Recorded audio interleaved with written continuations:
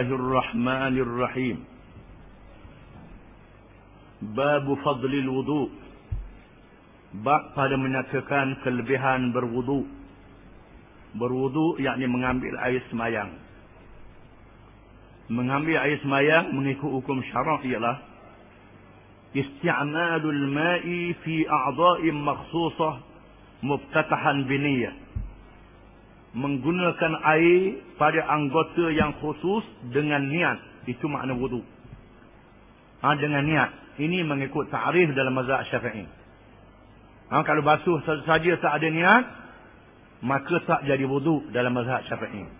Kalau ada orang kata tak payah niat, ambil-ambil jadi, itu mazhab Hanafi, bukan mazhab Syafi'i. Ada orang nak pakai Hanafi, itu mazhab Hanafi lah. Syafi'i, itu mesti kena ada niat. Dan orang Hanafi pun ada niat. Walaupun dia kata tak ada niat, dia ambil saja je. Orang yang tak ada niat ni orang ngigar. Dia tidur, sedar-sedar dia basuh muka, dia tak sedar. Itu orang ngigar, orang tak ada niat. Orang gila. Orang yang sedar mesti ada niat dia. Niat itu berlaku. Allah Ta'ala mewajibkan wudu pada malam Isra' dan Mi'raj bersama dengan mewajibkan sembahyang. Itu mengikut pendapat ulama. Kerana wudu adalah syarat untuk mengerjakan sembahyang. Maka kewajipan berwudu sama dengan kewajipan bersembahyang. Adapun dalil Al-Quranul Karim, firman Allah Ta'ala, Ya ayyuhalladzina amanu idza qumtum ila as-salati faghsilu wujuhakum wa aydiyakum ila al-marafiq wamsahu bi ru'usikum wa arjulakum ila al-ka'bayn wa in kuntum junuban fatahharu wa in kuntum marda aw ala safarin aw jaa ahadun minkum min al-gha'it aw lamastumun nisa falam tajidu ma'an fatayammamu sa'idan tayyiban famsahu bi wujuhikum wa aydikum minhu ما يريد الله ليجعل عليكم من حرج ولكن يريد ليطهركم وليتم نعمته عليكم لعلكم تشكرون. Maksudnya, wahai orang-orang yang beriman, apabila kamu mendirikan sembahyang, maka ataupun kamu menyentuh perempuan, lamastumun nisa, lalu kamu tidak dapat air, maka bertayamumlah kamu daripada tanah yang baik, sa'idan tayyiban. Maka sapulah kamu akan muka-muka kamu dan tangan-tangan kamu daripadanya. Allah tidak menghendaki kepayahan, menjadikan kepayahan ke atas kamu. Dan tetapi dia menghendaki supaya kamu membersihkan diri kamu dan menyempurnakan nikmatnya ke atas kamu, supaya kamu bersyukur kepadanya. Ayat ini menjadi dalil bagi wajibnya kita mengambil air semayang. Dan mengatakan rukun-rukun mengambil air semayang. Dengan jelas. Dengan huraian. Rukun mengambil air semayang. Cumanya ulama berkhilaf di dalam menafsirkan ayat. Rukunnya ada khilaf sedikit saja di antara ulama-ulama Islam. Kalau ada orang timbul benda-benda pelik khilaf ini, jangan balah. Kita berpegang dengan pendapat yang kuat. Bahagian yang pertama daripada ayat ini, iaitulah ya ayyuhalladzina amanu, wahai orang yang beriman, idza qumtum ila salati, apabila kamu mendirikan sembahyang, faghsilu wujuhakum, maka basuhlah kamu akan muka-muka kamu. Sempadan mukanya diajar oleh Nabi SAW. Iaitulah wajah yang terkenal daripada anak telinga pada anak telinga, daripada akhir rambut jedai kita sehingga dagu. Itu sempadan muka. Yang diajar oleh Nabi SAW. Dan basuhlah kamu akan tangan-tangan kamu sehingga siku kamu. Al-marafiq ialah siku kamu. Wamsahu bi ru'usikum, dan sapulah kamu akan kepala-kepala kamu. Wamsahu makna sapu, bukan waghsilu. Kalau ighsilu makna basuh. Wamsahu makna sapulah kamu akan kepala-kepala kamu. Biru'usikum, dengan kepala kamu. Wa arjulakum. Dibaca dengan baris di atas. Wa arjulakum. Tak boleh baca dengan wa arjulikum. Ini di sisi jumhur ulama. Wa arjulakum ilal ka'bain. Dan kaki-kaki kamu sehingga buku ladi. Dibaca dengan baris di atas. Ataf dengan wa aidiyakum ilal marafiq. Basuh dua tangan, basuh kaki. Adapun kepala, sapu. Di sana ada golongan di kalangan orang Islam. Dia baca dengan baris bawah. Wa arjulikum. Sapulah kepala kamu dan kaki kamu. Kaki pun sapu dah apa juga. Ni ha. Ini puak Syiah. Puak Syiah dia pakai sapu kaki tak basuh. Itu puak Syiah. Ini khilaf. Puak Syiah. Tengok orang Syiah sapu-sapu je kaki dia tak basuh. Tak usah baloh lah ikut anda dia lah. Itu hal dia. Itu hal dia. Ni dia baloh pula dalam bab itu. Dia semayang macam kita juga. Cuma bila ambil semayang, dia sapu kaki dia. Dah nak semayang dengan dia boleh tak? Boleh. Kerana dia i'tiqad, semayang dia sah. Kita boleh ikut. Masalah dia buat tak lain. Macam kita pergi Mekah lah. Kita pergi Mekah, so imam tak baca bismillah. Dalam mazhab Syafi'i, tak baca bismillah, tak sah semayang. Fatihah. Dah ikut juga. Ikutlah. Dia baca kau, mana tahu je kau pergi dengan dekat. Ikut. Kerana i'tiqad dia sah. Itu juga orang mazhab Maliki. Dia semayang, dia celup kain dia, digaru maluang dia. Tak ada apa-apa pada dia. Dah kita semayang dia macam belakang dia macam mana pula. Jadi tu imam pula tu. Sudah dah. Ini. Ini khilaf dalam masalah mazhab Islam. Khilaf. Cumanya mazhab Syafi'i ini lebih ihtiyat. Lebih basi daripada mazhab lain dalam masalah kebersihan. Di mana kita baca hadis kemudian. Menggalakkan basi dalam masalah mengerjakan ibadat. Dalam masalah kebersihan. Yakni basuh kaki sehingga buku ladi. Orang Syiah sapu saja. Adapun kita ahli sunnah, kalau sapu pakai stokeng. Sama ada stokeng kulit ke, stokeng kemeh ke, stokeng kain ke. Kita dalam musafir ataupun negeri sejuk, negeri kita ni tak jadi masalah lah. Bukan negeri sejuk. Kalau negeri sejuk lalu, ini diamalkan oleh orang. Dan ada dalam kitab-kitab fiqh. Cuma kita tak ngaji, tak reti, itu bab lain. Kalau kita pergi Mekah, tengok orang dia sapu stokeng. Itu mazhab Syafi'i pun boleh. Kita dalam musafir. Musafir naik kapal terbang. Nak ambil air semayang payah, jambang dia sepik. Maka sapu stokeng, tak basuh kaki. Mazhab Syafi'i pun boleh. Tak menjadi salah dalam perkara ini. Cuma syaratnya, dia ada syarat dia dalam masalah al-masmu' 'ala al-khuffain. Syarat dia belum pakai stokeng, kena ada air semayang dulu. Kita ambil air semayang, basuh kaki siap-siap, pakai stokeng. Stokeng kulit ke stokeng kain je, pakai. Lepas tu ambil air semayang kali yang kedua, basuh muka, dua tangan hingga dua siku, sapu kepala, sapu stokeng. Itu dibolehkan. Dibolehkan. Tidak sarah dalam hukum syarak. Ini bab agama. Dah dengar lama ke ni, dah mudah ngaji. Mudah ngaji. Nak erti macam mana? Kena ngaji. Bila naik ke batu kebang, kita kena, boleh buat. Bagi orang musafir. Orang musafir dibenarkan 3 hari 3 malam. Dalam mazhab Syafi'i. Tak bagi sabut dalam masa 3 hari 3 malam. Dalam mazhab Syafi'i. Orang tak musafir, muqim, sehari semalam.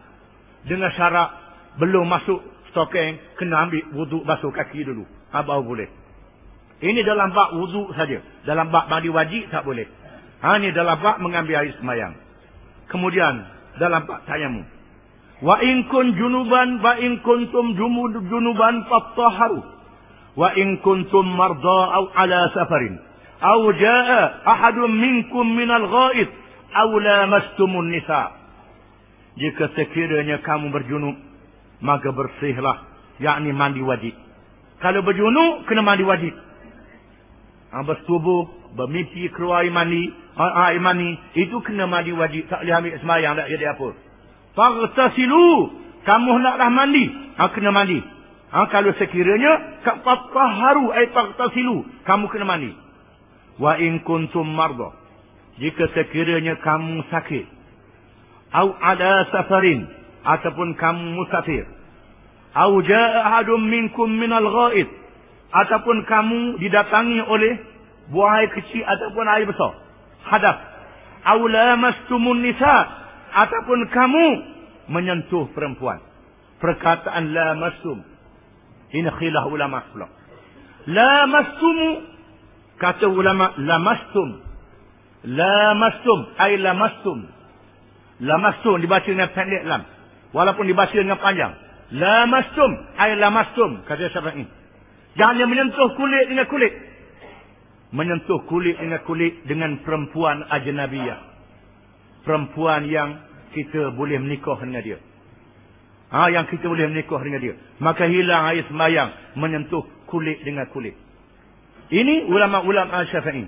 Ulama-ulama lain kata lamastum ay lamastum jama'tum. Tak ada lamastum. Ditafsir dengan panjang. Lamastum. Lamastum ay jama'tum. Dengan makna kamu bersubuh dengan perempuan, barulah hamil ismayang. Kalau menyentuh kulit dengan kulit, maka tak hilang air sembahyang, kata mereka. Kalau bersubuh, baru hilang air sembahyang. Ada pula ulama yang mengatakan, kalau menyentuh dengan nafsu, baru ambil air sembahyang. Kalau tidak, menyentuh biasa, maka tak hilang air sembahyang. Ada pula ulama dalam mazhab Syafi'i. Mazhab Syafi'i kita mengatakan, kalau sekiranya menyentuh dengan perempuan kanak-kanak, ataupun lelaki kanak-kanak, ataupun perempuan yang tua yang putus haid, maka tak hilang air sembahyang. Dalam mazhab Syafi'i. Ada pula ulama Syafi'i yang mengatakan, dalam keadaan yang bersesak-sesak, seperti orang yang tawaf, selalu ramah, tak boleh nak mengelak, maka menyentuh, tak hilang air sembahyang. Ini kerana umumul balwa, bala yang umum. Mazhab Syafi'i mengatakan demikian. Ini khilaf ulama. Mereka yang mengatakan jama'tum, bersubuh bukan menyentuh kulit, berdalilkan hadis Nabi SAW. Dia ada dalam hadis. Dalilnya ialah bahawa Nabi setelah berwudu, sebelum keluar masjid, tiba-tiba mencium isteri-isterinya. Mencium isteri-isterinya. Lepas tu pagi Nabi pergi sembahyang. Ini satu hadis. Satu hadis yang lain, Nabi bersembahyang tahajud. Nabi sujud terlalu lama. Nabi sujud. Sehingga Ummul Mukminin Aisyah menyangka Nabi sudah wafat dalam sujud. Lalu Aisyah jamah kaki Nabi. Hidup kedok. Lalu Nabi pun buat gerak jari. Hidup lagi tak susah lah.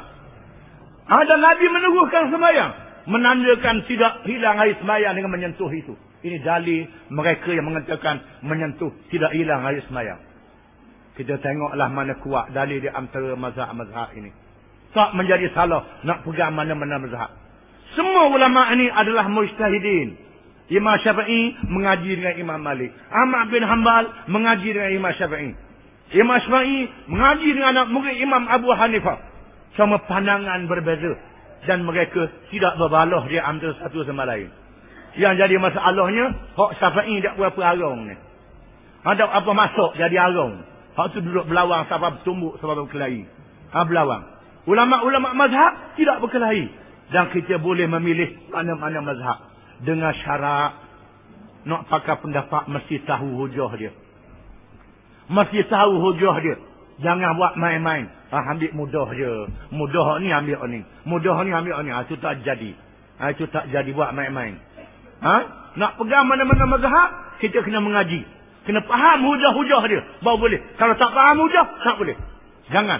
Maka kita taklidlah mana-mana mazhab, mana-mana guru. Itu tidak menjadi salah. Tak menjadi salah. Kerana Nabi bersabda, man ijtahada fa asaba falahu ajran wa man ijtahada fa akhta falahu ajrun wahid. Sesiapa yang beristihad dalam satu-satu masalah, dia betul, maka boleh 2 pahala. Barang siapa yang beristihad lalu dia salah, boleh 1 pahala. Hak salah boleh 1 pahala, hak betul boleh 2 pahala. Bila orang tanya Imam Malik, macam mana Imam Syafi'i anak murid ilmu kata lain, Imam Malik kata, pendapat aku, hak ni lah betul. Boleh jadi dia betul. Boleh jadi dia betul, aku salah. Tapi mengikut kajian aku, ini kata Imam Malik. Semua cakap orang boleh diterima dan boleh ditolak. Illa sahibah hadal qabri, kata Imam Malik. Semua cakap orang boleh diterima dan boleh ditolak. Malaikat orang yang ada dalam kubur ini, iaitulah Nabi SAW. Cakap aku orang boleh tolak. Cakap Syafi'i orang boleh tolak. Tapi cakap orang hak dia dalam kubur ni jangan main-main. Kata Imam Malik. Kata Imam Malik. Pandangan aku begini. Kata Imam Malik. Boleh jadi Syafi'i betul. Orang tanya Imam Syafi'i pula. Syafi'i kata, in sahal hadis fahuwa madhabi. Kalau itu hadis sahih, itu mazhab aku, kata Imam Syafi'i. Kalau hadis itu hadis sahih, itu mazhab aku. Pandangan aku hari ini begini. Kalau ada hujah yang lain, hadis yang orang terima riwayat, maka hujah dia kuat, aku terima, kata Imam Syafi'i. Mengapa timbulnya masalah-masalah ini? Sebabnya kerana sahabat-sahabat Nabi berhijrah. Bila negara Islam sudah kuat, Nabi wafat, sahabat-sahabat berhijrah.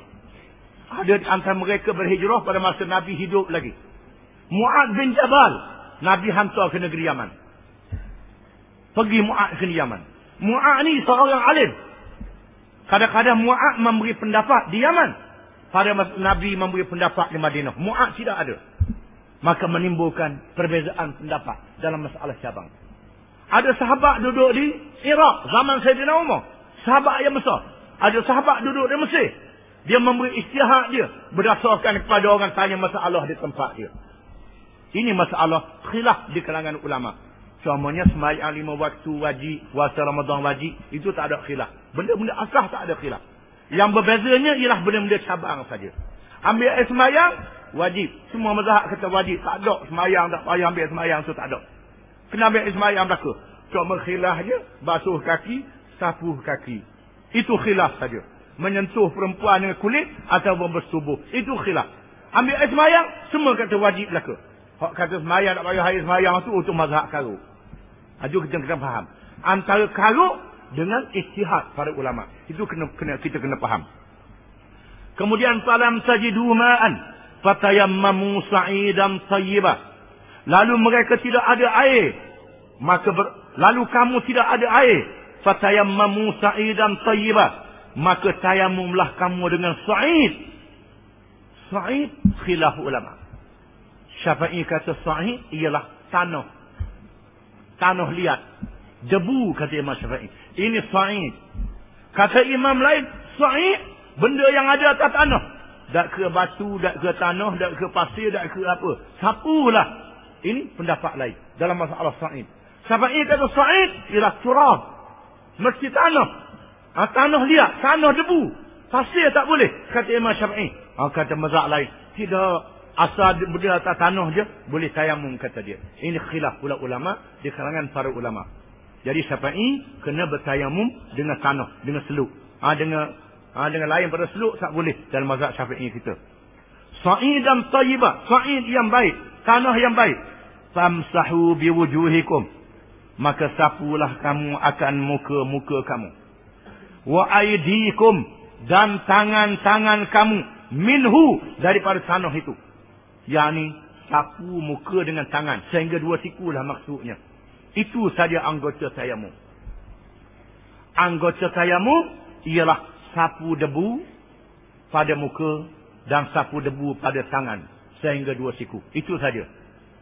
Ganti daripada wuduk. Dan tak disebut mandi wajib di sini. Dan di sana ada huraian daripada hadis. Tayamum ganti daripada mandi wajib juga.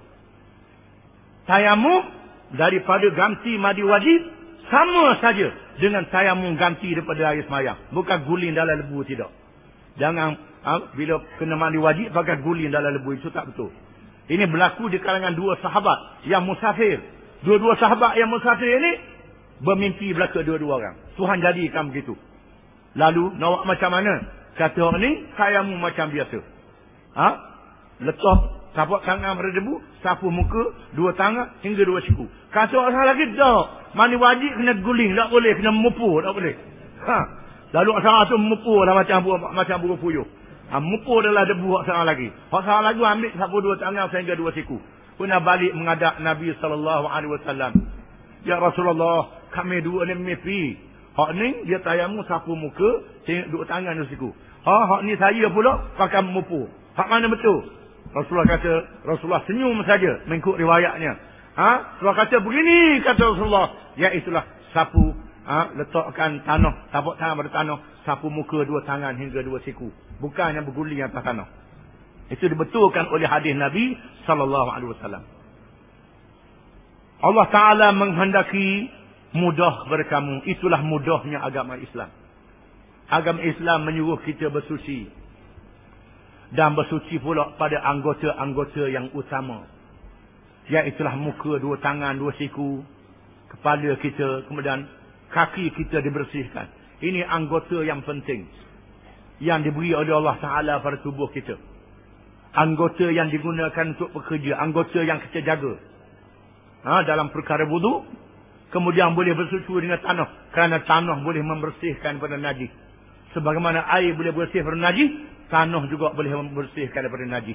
Ini dua alat yang diberi oleh Allah Ta'ala untuk kita bersuci, untuk kita bersih. Dan Allah Ta'ala beri kemudahan kepada kita. Dan kita naklah bersyukur kepada Allah Ta'ala dengan nikmat Islam. Setelah dia jadikan kita, beri nikmat Islam. Mengajar kita bagaimana nak membersih diri daripada najis. Kerana najis dan kotor ni membawa penyakit kepada kita. Kita akan baca lepas ini kelebihan berwudu, menghilangkan dosa. Dia beri pahala. Pahala dia beri, dosa hilang dengan sebab kita berwudu. Wallahu a'lam.